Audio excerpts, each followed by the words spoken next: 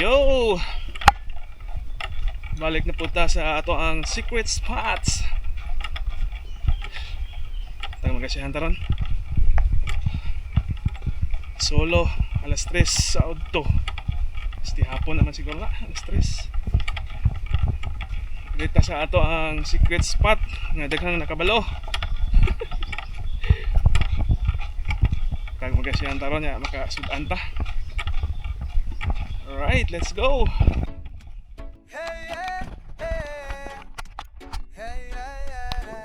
This video is made possible by SKME Watch, ang ato ang relo nga gigamit kong mamanata. Affordable kayo, nara sa mga 300 plus ang iyang worth. Ya, magamit na nato ni siya up to 50 meters. Ma-check na to ang atong oras nga mauli na ta or ang ato ang surface interval. So dire lang ta magbase, wala lang ni siya depths o heart rate o unsa pang nasa mga mahalo nga relo, pero goods na kay ni siya gamiton ay. Muna kung mangutana kang unsa ng oras oras na para mo palit. Nasa video ang link, paki-click na lang. SKME, baka naman. Og dire, nilurop dayon ta sa atong favorite spot og nakita nato dayon ang usa ka slick unicorn. 1.5 kilograms mo ata dayong gipirahan. First fish of the day. Dito sa atong favorite spot nga daghang mga langis. Slick unicorn mo nang saka na ta kay aron maka relax na punta nga atong i-check ang atong oras kung pila ta ka minutes sa ubos nga atong i-triple ang atong surface interval para makapahuway tag sakto gamit na to ang atong SKME nga relo. Og secure na ang atong unang isda, 1.5 kilograms. Goods na kayo.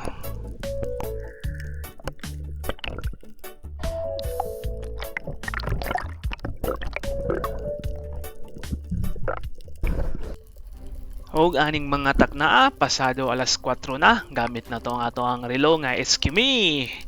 At least maka-check kita kung unsa ng orasa. Nya balik ta sa atong gilurupan ganina niya banti lang tagamay og nag-sun dusting dayon ta. Kay naa pa sila nagpakita unang ato na lang pahimuslan ng higayon nga misakan sila og di nakita na nako ang usa ka langis o ato dayong gitira pag na-close na to ang gap. Secure na. 1.3 kilograms on scale mo ning atong ikaduhang isda aning adlaw. Maura gini ang atong target diri. Nangita lagi tag pang sugba. Dito ta sa mga spot nga naay mga pelagic pero mingaw man mo nang desisyon tang anin na lang ta diri magpundo. Unya saka na punta. Ya ato na sa i-check ang atong surface interval gamit ang atong SKME nga relo. Ang advantage yung kayo kung naatay relo kay ma-check na to og pila na ta ka minutes nga nagpahuway para at least maka-recover kita sa atong oxygen level. Di ta maghala-hala og lurop dayon kay delikado na mo nang amping ta kanunay way kumpiyansa. Og diara ang atong ikaduhang isda, 1.3 kilograms on scale. Goods na kayo.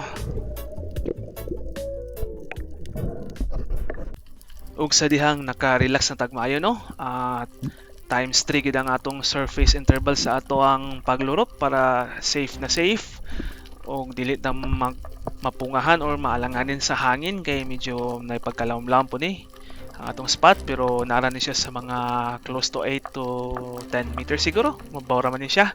Kaya ra kayo ni siya ni Master Jumari Sarsona.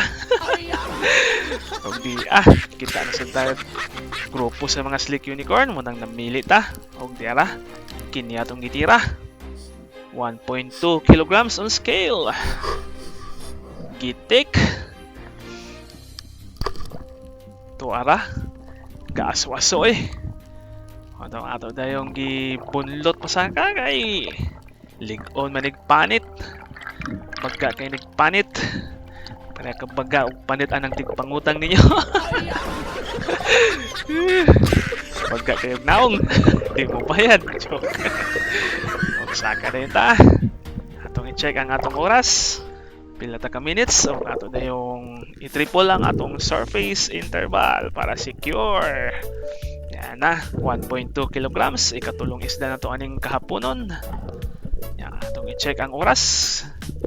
Kung unsa ng oras ha. Oras na ba nga mopalit ka og Eskimi nga relo?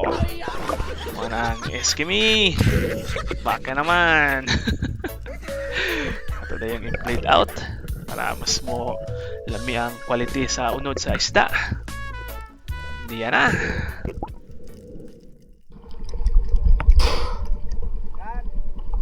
Gabay pa. Bagis.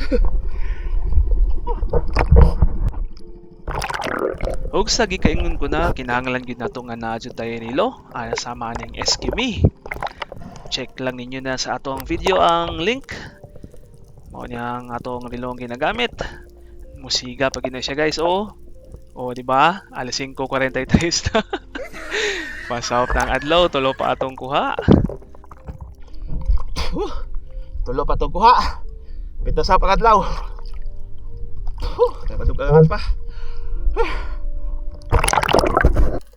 Og nilurup gyapon ta, bisag ngit-ngit na kay namasin pa tang makakuha pa tani, medyo maklaro pa man gyud pero baw lang kahog makita pa ba gyapon ninyo pero tan-awa ninyo mo ni akong ikaupat nga isda.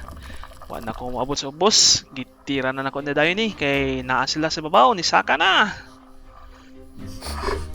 Og mayong pagkaigo.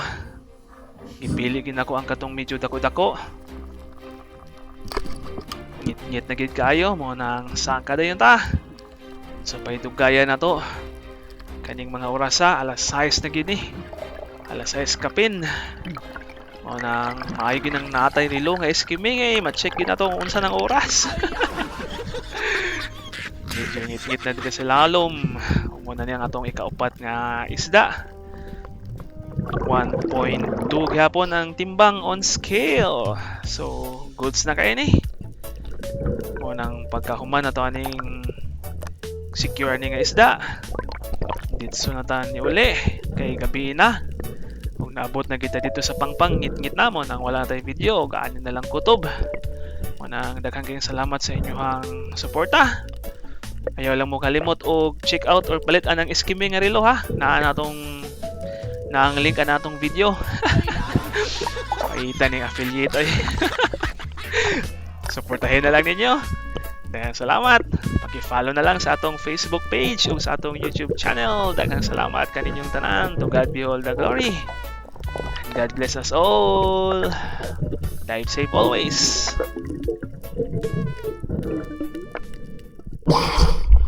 Lita. Ay buwan. Layo pa tang lagoyo do. Magtatagit-git ayo ron. Kaluyan po ta.